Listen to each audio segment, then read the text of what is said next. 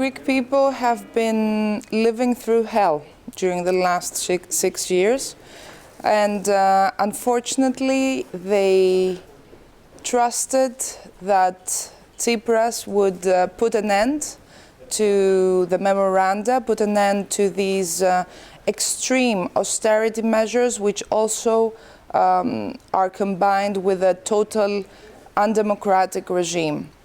Unfortunately, instead of putting an end, he put his signature to a third memorandum, which is even worse than the previous two. Austerity measures are continuing. People are back on the streets protesting for their rights and for their dignity, because right now they're being asked to pay taxes which amount to almost the totality of their revenues. They're asked to give up their homes as confiscations of homes are allowed again. They're asked to surrender public property, which is privatized at very, very low prices. And they're also asked to give up democracy.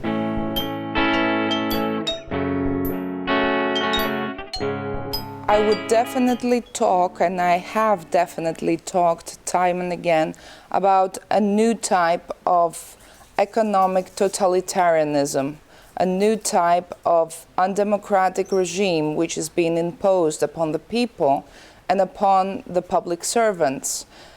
The parliament is practically abolished. It's being asked to only ratify laws which have not been forged by the lawmakers, laws which have been drafted by technocrats, bureaucrats, eurocrats, laws which do not take into account the needs, the rights of the people and the principles of democratic procedure.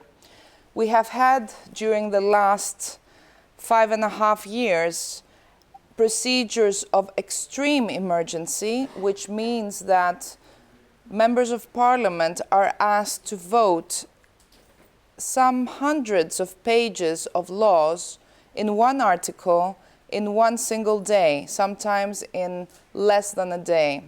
They do not have time to read what they're voting for. They do not have time to think about what they're voting for. And they're being blackmailed with the constant threat that the country will go bankrupt or that the creditors will seize liquidity and will make the country suffocate. Unfortunately, last summer, this extortion and this extreme undemocratic practice culminated. The parliament was asked to undo, to abolish all the laws that it had voted without prior approval by the creditors, and it was also asked to approve, to legislate on laws which had been only drafted by the creditors and rejected by the people, rejected by a 62% no vote at the referendum of the 5th of July. This regime has nothing to do with democracy, and unfortunately, it's a regime which not only defies the parliament, but it also defies the justice principles and the independence of the justice system. There have been in Greece a lot of court findings, court decisions, which find that the memoranda measures, the so-called bailout measures, are unconstitutional, and they are contrary to many, many international obligations of the country. However, the creditors, time and again, asked the parliament to legislate more unconstitutional measures.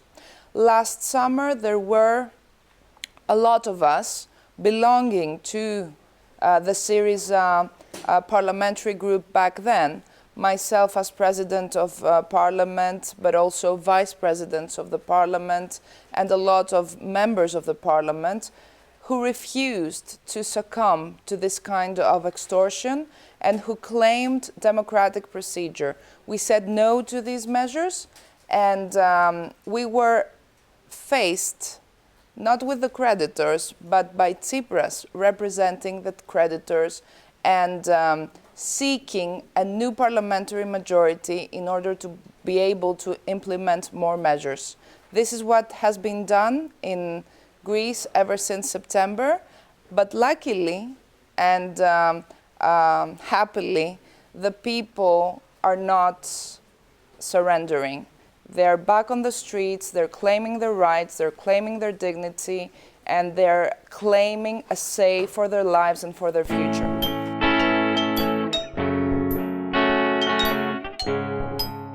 Well, I would say I have demands, not expectations, in the sense that myself, I have been raised with the idea of a united Europe for its people, for the sake of ensuring the sovereignty and the prosperity of the people, of the citizens, of the men and the women, the children, the elderly. What is now happening is European institutions with no legitimation turning against the people, asking governments to sacrifice the people in order to save the markets and save the banks. And this is not an acceptable function of the European Union. This is not a legal function, and it's a totally illegitimate behavior on the part of representatives of the European institutions. Back in the summer, we had what equals an act of war, a direct threat to the survival of the population. The banks were closed, and the people were threatened with a humanitarian disaster if they rejected the measures which were put on the table by the creditors within a 48-hour ultimatum.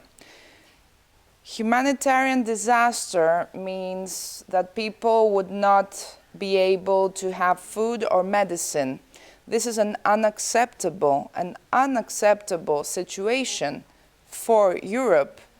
And it would not have been a situation resulting from an earthquake or a physical phenomenon, but it would have been the direct result of decisions by representatives of European institutions.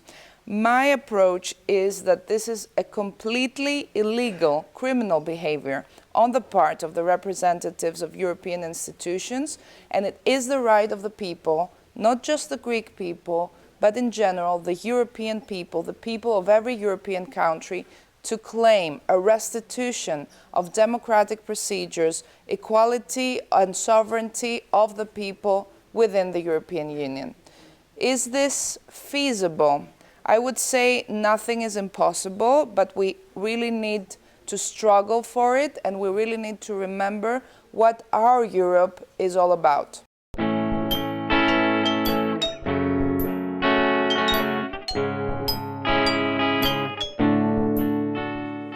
I think solidarity is our most powerful weapon. And I can tell you one thing, the solidarity of the people back in January, February 2015, or in June, July 2015, the soul and the spirit of those demonstrations, not only in Athens and the Greek cities, but all around Europe, I think this is what has shaken Europe, and I think this is also what terrifies those who want to reign Europe through obscure practices and non-legitimized procedures.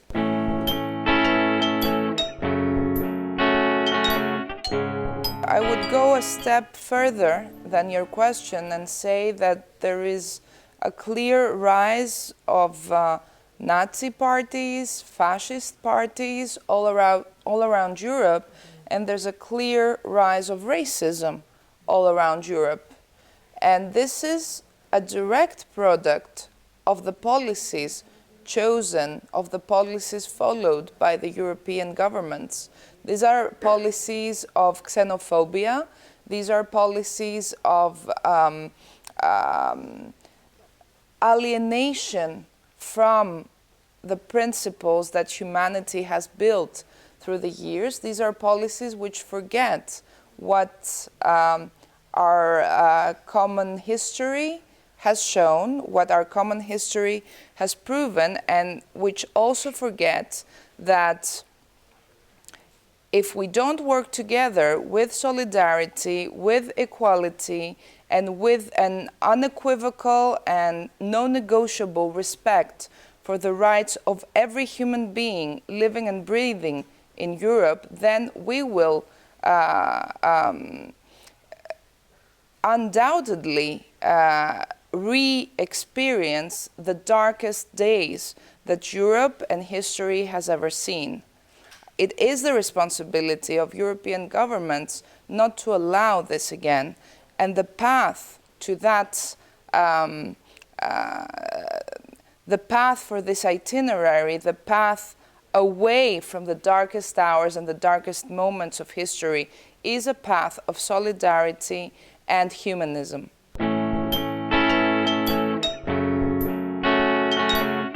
I have absolutely no expectations from Tsipras government. Alexis Txipras chose power over people.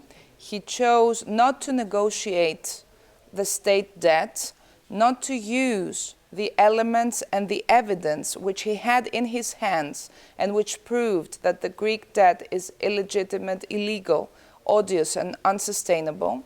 He chose to burden the country with more debt, which means that every baby born in Greece right now owes some 41,000 euros, and he chose to attack society in order to remain in the government. I have absolutely no expectations from his government. Rather, I think we need to work in order for the Greek people to be represented by a government which will work towards prosperity, towards democracy, towards solidarity.